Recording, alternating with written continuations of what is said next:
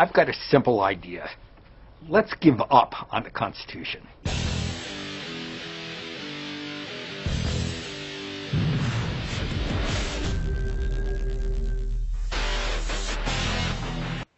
Yes, let's. Who is this guy? Welcome back to AMTV News. I'm your anchor, Topher Morrison. It's Tuesday, January 29, 2013. Exactly 178 years ago on Sunday, a 28-year-old Abraham Lincoln had this to say about the loss of the revolutionary generation, the perpetuation of our republic, its institutions, and specifically the heralded document which brought it all into existence. Quote, "They were a fortress of strength, but what invading foemen could never do, the silent artillery of time has done, the leveling of its walls. They were the pillars of the Temple of Liberty, and now that they have crumbled away, the temple must fall, unless we, their descendants, supply their places with other pillars, hewn from the solid quarry of sober reason."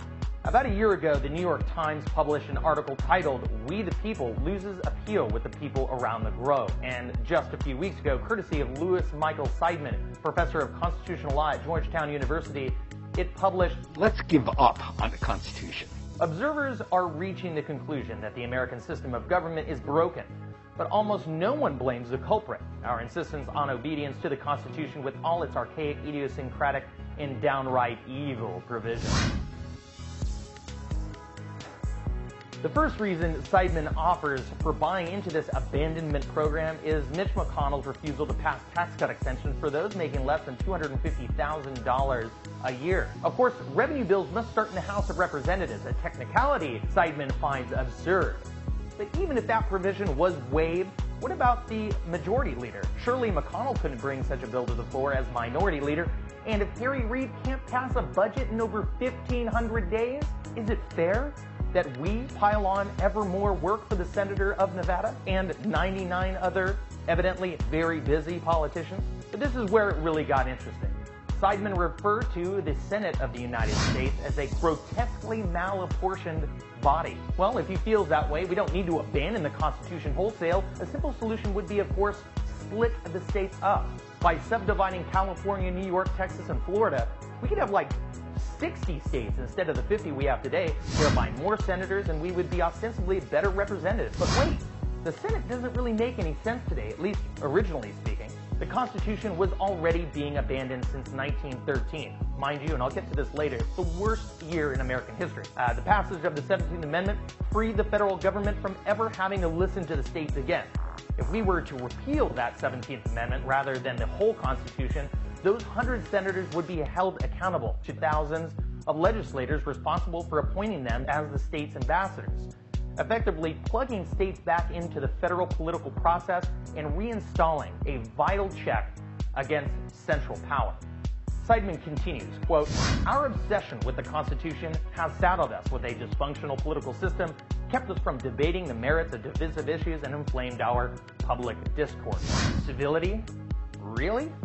It's a common assertion our politics today are dirtier than ever. But let's travel back to the campaign of 1800 when Thomas Jefferson took on John Adams for the presidency. Jefferson called Adams, quote, a hideous hermaphroditical character which has neither the force and firmness of a man nor the gentleness and sensibility of a woman.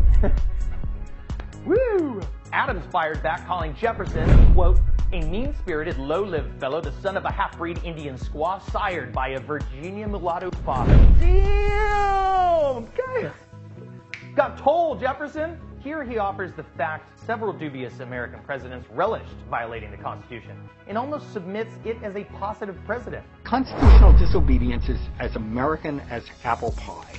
For example, most of our greatest presidents, Jefferson, Lincoln, Wilson, and both Roosevelts, had doubts about the Constitution, and many of them disobeyed it when it got in their way. If 2 wrongs don't make a right, Mr. Seidman, 3, 4, and 5 wrongs don't either. Your mother should have told you that. Now, this is news, because apparently, according to Seidman, the Louisiana Purchase was a departure from the Constitution. Thing is, after TG's screaming deal at 3 cents an acre for all of this, it was a non-issue, as treaties grant purchasing power and Congress was left to work out the details. John Adams' Alien and Sedition Acts were, of course, a huge and controversial issue back then. They were eventually defeated by the sound arguments of constitutionalists citing freedom of speech. Lincoln's Emancipation Proclamation, Seidman offers as another deviation.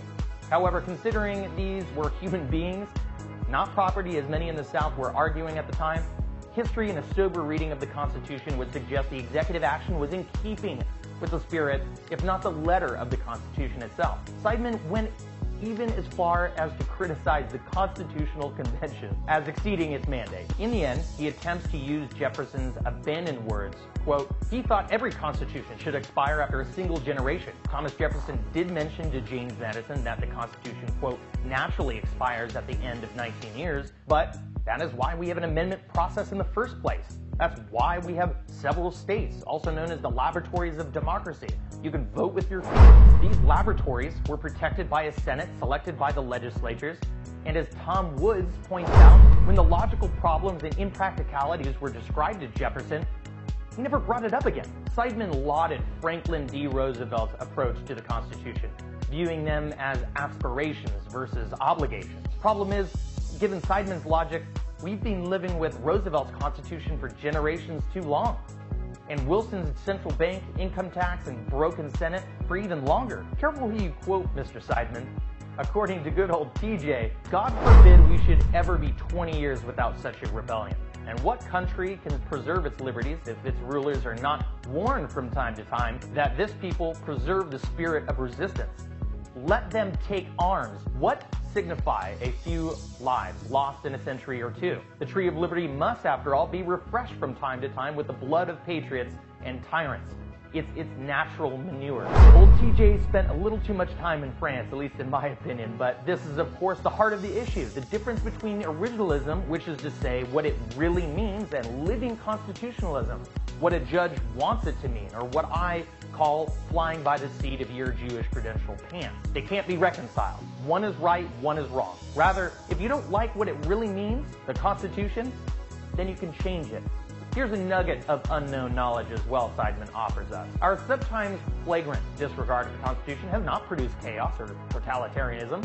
On the contrary, it's helped us to grow and prosper. If he means that we're prosperous insofar as our debt increases, then I guess he's right. But he's wrong. As Wood points out, extricating ourselves from the Great Depression was slow and arduous, unlike previous depressions and panics.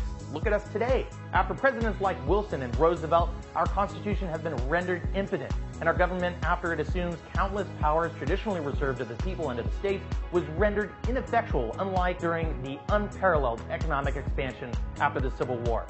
An expansion which by 1906 placed America on top, number one. Seidman finishes a New York Times article, quote, if we are not to abandon constitutionalism entirely, then we might at least understand it as a place for discussion. A demand that we make a good faith effort to understand the views of others, rather than as a tool to force others to give up their moral and political judgment. Let the truth set you free! Oh. Someone get this guy elected. The magic of the Constitution wasn't in its amazing provisions for the American people. It's in its restrictions on central government, and more importantly, its understanding of the jealousy of power. Whether you are Karl Marx or Milton Friedman or anyone in between or more extreme, innovation in government is always the goal. Nothing will force others to give up their moral and political judgments, Mr. Seidman, than large central government. As Steinbeck said, the best laid plans of mice and men often go awry.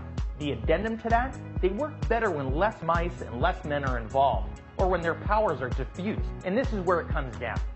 As we extricate ourselves from constitutional bondage, as Seidman prescribes, which favored strict, limited spheres of influence, supplied our local governments with the power to run their own lives, while proportionally making our vote mean more, we have in its place assumed this perverse laissez-faire, colossal philosophy of sprawling government, where 535 elected men and women, 9 justices, a president, and a private bank decide the fate of over 300 million American people. This is a philosophy worth abandoning, not our Constitution.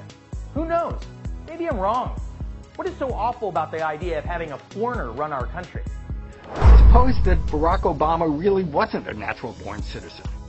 So what? Capturing every corner of the alternative media, watch AMTV News Monday through Friday. For more videos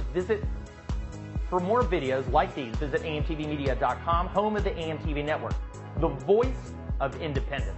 Follow me on Twitter at AMTV News and like us on Facebook at Greenwave TV.